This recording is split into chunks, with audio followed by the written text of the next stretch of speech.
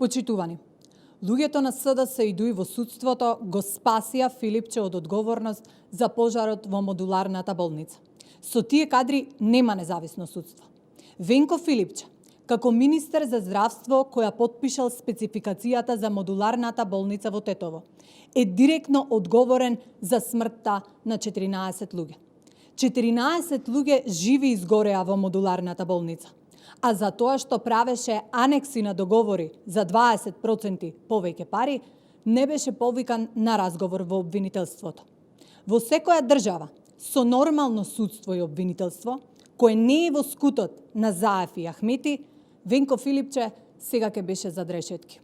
Но судиите со 2% доверба мораа да ги оправдаат нивните назначувања и да го аболираат Филипче од одговорност.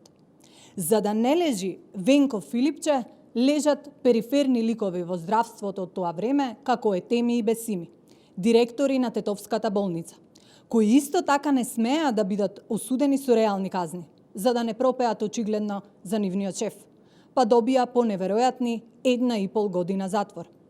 За пожар во болница каде што живи горат 14 луѓе, судиите и обвинителите доделија вкупно 3 години затвор за директорите, а за Филипче замижаа очи, затнаа уши и затворија усти.